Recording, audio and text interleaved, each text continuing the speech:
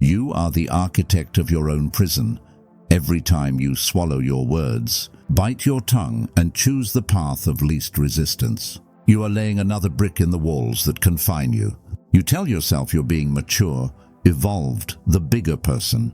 But what if I told you that your celebrated restraint, your noble silence, your commitment to keeping the peace, what if all of that is nothing more than elaborate cowardice dressed up as virtue? You've been taught that conflict is the enemy of a civilized life, that good people avoid confrontation, that wisdom lies in turning the other cheek, in walking away, in choosing your battles carefully, which, let's be honest, usually means choosing none at all. But here's what nobody wants to tell you: your fear of conflict isn't protecting you, it's destroying you. And worse, it's exactly what those in power are counting on. Today we're going to hold up a mirror to your soul, and what you see reflected back might make you uncomfortable. Because Friedrich Nietzsche understood something about human nature that most of us spend our entire lives trying to avoid. We are not the rational, autonomous beings we pretend to be.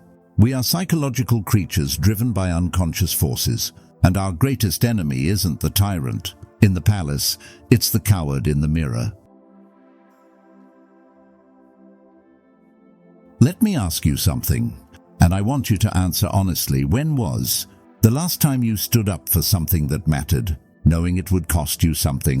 Not when it was easy, not when everyone would applaud, not when the stakes were low. When was the last time you chose conflict over comfort, truth over tranquility, integrity over acceptance? Can't remember?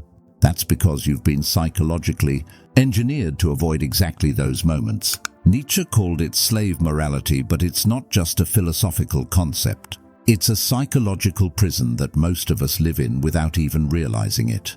You see, there are two types of morality in this world: master morality and slave morality. And I guarantee you're living by the wrong one. Master morality creates values. It says, this is good because I declare it good. This is what strength looks like. This is what nobility means. It's affirmative, creative, self-determining. Slave morality, on the other hand, is reactive.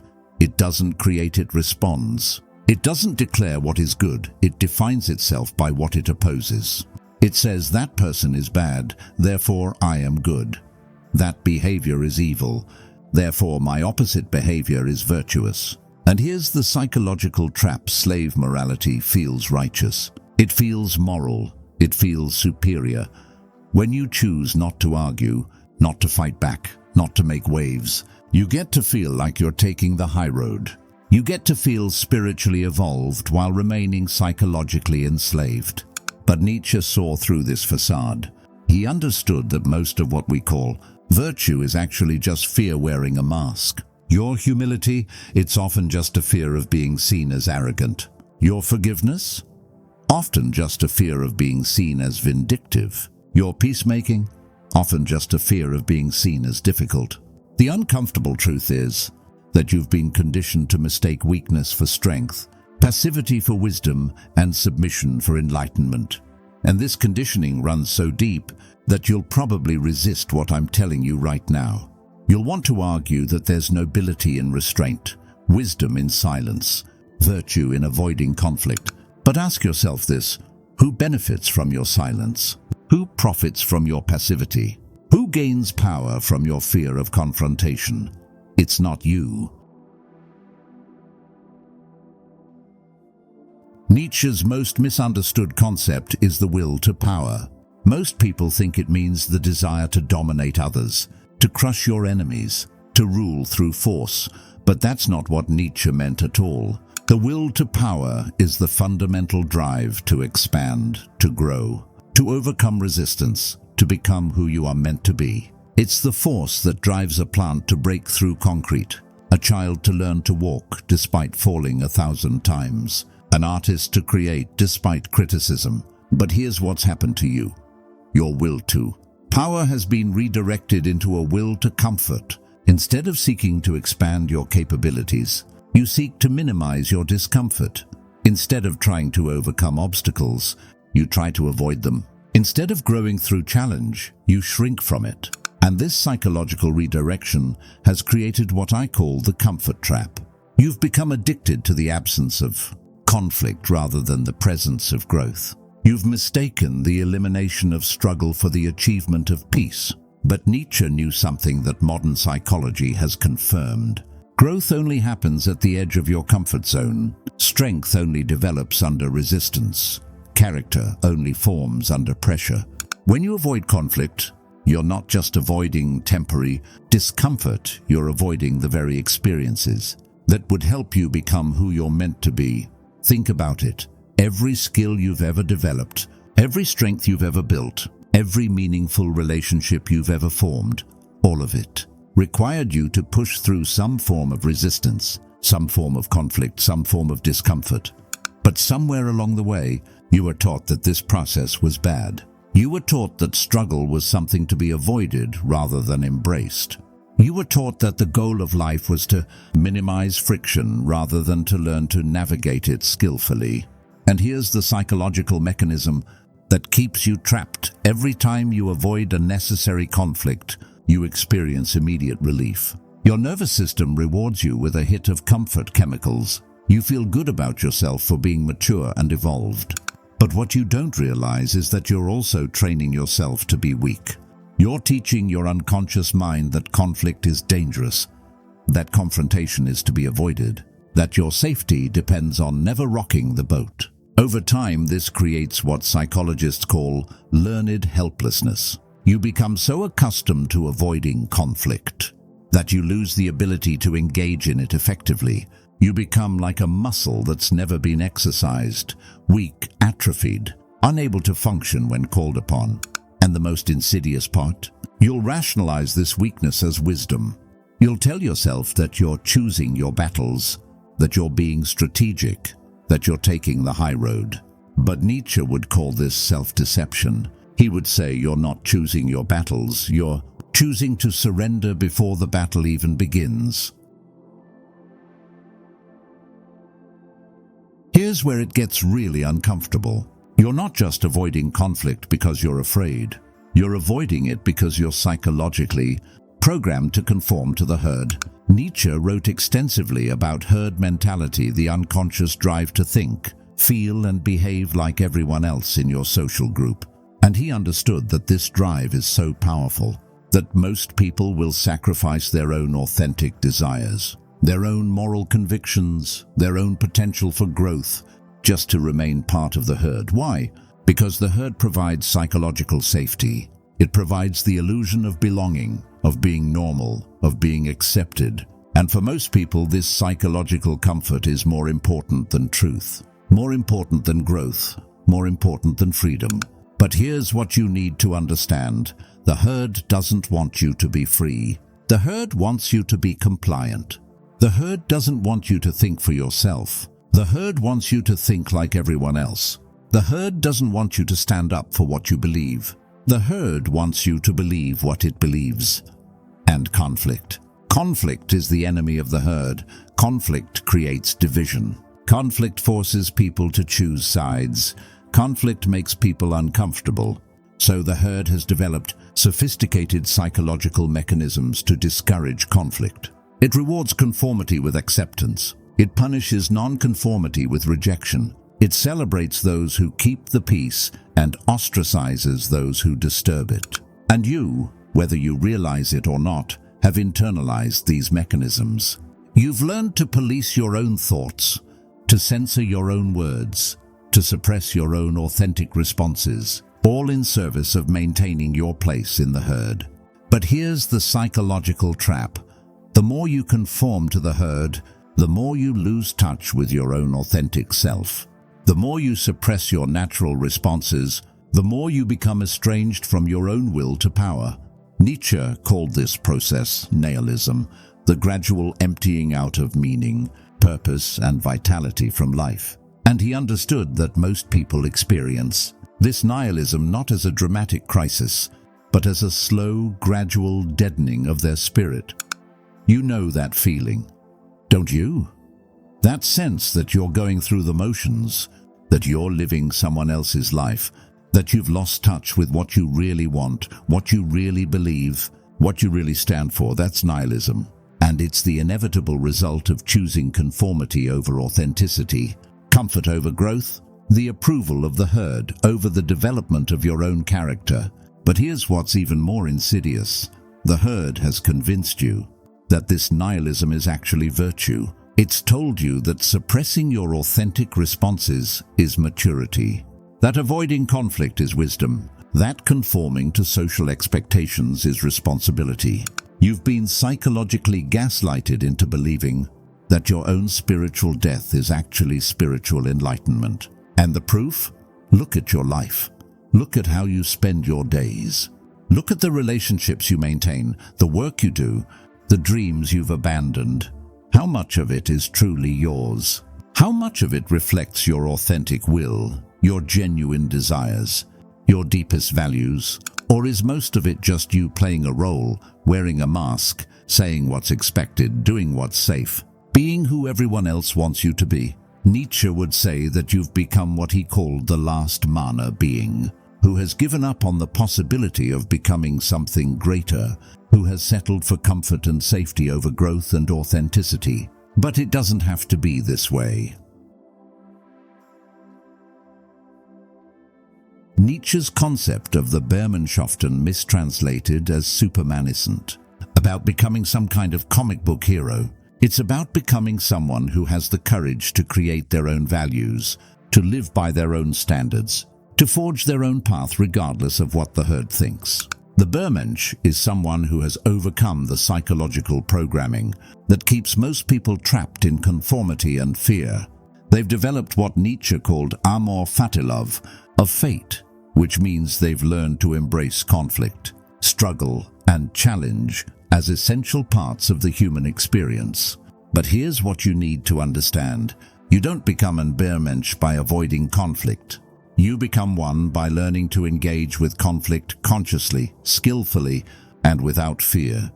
This doesn't mean you become a bully or a tyrant. It means you become someone who can stand up for what you believe, who can set boundaries, who can say no when no needs to be said, who can speak truth even when truth is uncomfortable. It means you become someone who is no longer psychologically dependent on the approval of others for your sense of self-worth. Someone who can tolerate being disliked, disagreed with, or even rejected because your identity is grounded in your own authentic values rather than in the opinions of the herd. But let me be clear about something. This transformation doesn't happen overnight. It requires what Nietzsche called the great noontidia moment, of complete honesty with yourself about who you are and who you want to become. And this honesty is going to be painful because you're going to have to confront all the ways you've been living inauthentically, all the times you've chosen comfort over growth, all the relationships you've maintained through cowardice rather than courage, all the dreams you've abandoned because pursuing them would have required conflict. You're going to have to face the uncomfortable truth that you are not the person you pretend to be, that your noble restraint is often just fear, that your wisdom is often just weakness, that your maturity is often just spiritual death. But here's the paradox: this painful honesty is also the beginning of your freedom. Because once you stop lying to yourself about who you are, you can start becoming who you want to be. And who you want to be is someone who can engage with conflict without being destroyed by it. Someone who can stand up for what they believe without needing everyone to agree with them. Someone who can create their own values without needing the permission of the herd. This is what Nietzsche meant by becoming who you are. It's not about discovering some pre-existing authentic self. It's about creating yourself through the conscious choice to engage with life fully, including its conflicts, its struggles, its uncomfortable truths. But this requires you to give up the psychological comfort of being a victim. It requires you to stop seeing yourself as someone who has conflict happen to them and start seeing yourself as someone who can consciously choose how to engage with conflict. It requires you to develop what Nietzsche called the will to power, not the power to dominate others, but the power to determine your own life, your own values, your own destiny. Nietzsche proposed one of the most psychologically powerful thought experiments in all of philosophy, the eternal recurrence. He asked us to imagine that we would have to live our exact same life over and over again, for eternity, with no possibility of change. Every moment of joy, every moment of suffering, every choice, every mistake, every conflict avoided, every opportunity missed, all of it happening again and again, forever. Now, here's the question that should terrify you. If you had to live your life exactly as you're living it now, for eternity, would you be able to say yes to that fate? Or would you be horrified at the prospect of endless repetition of your current existence? If the answer is horror, then you're not living authentically. You're not living according to your own values. You're not engaging with life fully. You're not becoming who you're meant to be.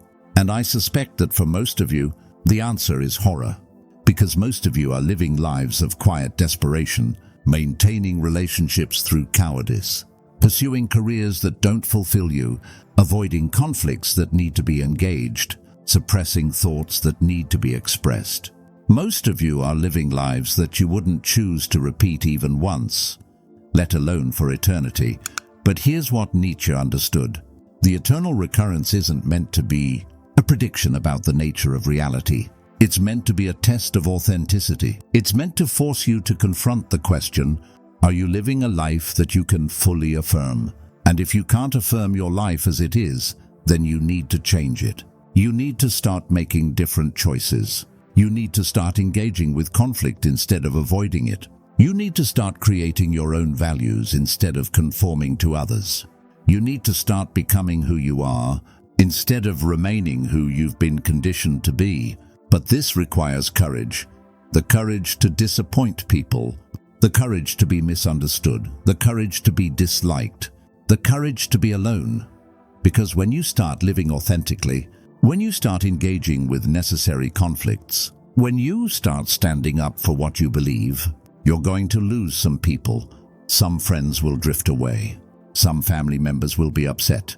Some colleagues will see you as difficult. And your psychological programming will tell you to back down, to apologize, to return to the safety of conformity. But if you want to be free, truly free, you have to push through that discomfort. You have to learn to tolerate being disliked. You have to develop the psychological strength to stand alone when necessary. Because the alternative is spiritual death. The alternative is a life of quiet desperation, of constant compromise, of endless accommodation to others' expectations. The alternative is a life that you couldn't bear to repeat even once, let alone for eternity. So here we are, at the moment of truth. You've been confronted with uncomfortable realities about your own psychology, your own choices, your own complicity in your own imprisonment. You can't unsee what you've seen. You can't unknow what you now know. You can't go back to the comfortable delusion that your conflict avoidance is virtue, that your conformity is wisdom, that your submission is strength. You have a choice to make, and it's a choice that will determine not just the trajectory of your life, but the very essence of who you become as a person. You can choose to continue living as you have been, avoiding conflict, suppressing your authentic responses, conforming to the expectations of the herd. You can choose the path of psychological comfort, social approval, and spiritual death.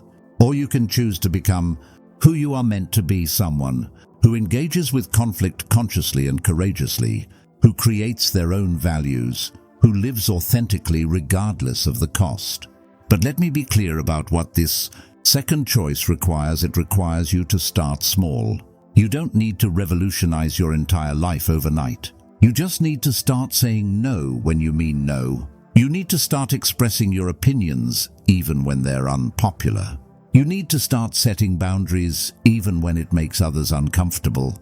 You need to start treating conflict not as something to be avoided, but as something to be engaged with skillfully. This doesn't mean becoming aggressive or combative. It means becoming honest, authentic, and unafraid to stand up for what you believe. It means becoming someone who can tolerate the discomfort of being disliked, disagreed with, or misunderstood. because your sense of self-worth is no longer dependent on the approval of others. It means becoming someone who can say, with Nietzsche, I am not afraid of conflict, because I am not afraid of becoming who I am. But here's the final uncomfortable truth. Most of you won't make this choice. Most of you will watch this video, feel momentarily inspired, maybe even share it with friends, and then go right back to living exactly as you were before. Most of you will choose the psychological comfort of the familiar over the uncertainty of growth. Most of you will choose the approval of the herd over the development of your own character. Most of you will remain prisoners of your own fear, architects of your own limitation, slaves to your own need for comfort and acceptance. And that's exactly what Nietzsche predicted. He knew that most people would choose slavery over freedom, comfort over growth, conformity over authenticity. But he also knew that some people, a few people, would choose differently, would choose the difficult path of becoming who they are meant to be. The question is, which kind of person are you? Are you someone who will use this knowledge to transform your life? Or are you someone who will use it to feel temporarily enlightened before returning to your comfortable prison? The choice is yours, but choose consciously, choose authentically, choose courageously. Because your freedom, your real freedom, depends on it. And if you choose the path of authenticity, if you choose to stop being afraid of conflict, if you choose to become who you are meant to be, then comment below, I choose to become. But only comment if you mean it. Only comment if you're ready to start living differently. Only comment if you're ready to pay the price of freedom. Because freedom isn't free. It costs everything you thought you knew about yourself. It costs every comfortable lie you've been telling yourself. It costs every relationship built on mutual deception rather than authentic connection. But what you get in return is something that most people never experience: a life that you can fully affirm, a life that you would choose to live again and again for eternity, a life that is truly yours. The choice is yours. Choose wisely.